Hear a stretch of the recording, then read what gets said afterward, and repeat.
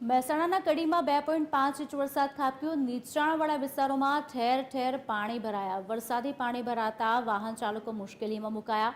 તંત્રની pre monsoon કામગીરી પર સવાલ ઊભા થયા। કડી અંડરપાસ કરણનગર રોડ પર વરસાદી પાણી ભરાયા।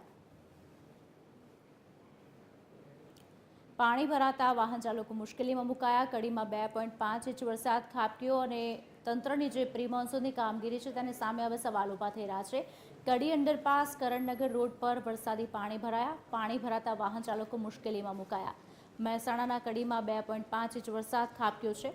આપને જણાવી દઈએ ત્યારે નીચાણવાળા વિસ્તારોમાં ઠેર ઠેર પાણી ભરાવાની સમસ્યાઓ ઊભી થઈ છે।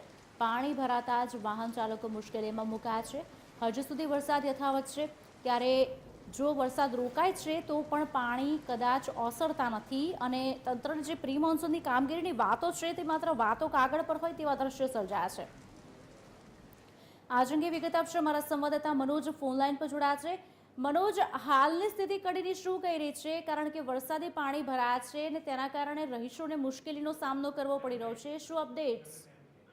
જી, આપણે વાત કરીએ તો કડીની, તો કડીમાં જે બપોરનો વરસાદ શરૂ થયો હતો તેમાં લગભગ 2 થી 2.5 ઇંચ વરસાદ થયો હતો અને જે નીચાણવાળા વિસ્તાર છે ત્યાં આગળ પાણી ભરાયા હતા, ઠેર ઠેર પાણી ભરાયા અને જે અંડરપાસ છે કડીનો તેમજ કરણનગરનો, તેમાં જે વાહન ચાલકો છે એમને અવર જવરમાં ખૂબ જ હાલાકી પડે। અને જે વાત કરી તમે કે જે પાણી ઓસરવાની વાત છે કે ઠેર ઠેર દરેક જગ્યાએ બ્લોક તેમજ સીસી રોડના ખાડાના લીધે લોકોને ભારે હાલાકી પડી રહી છે ને તેમજ પાણી ઓસરવાનું નામ લેતું નથી।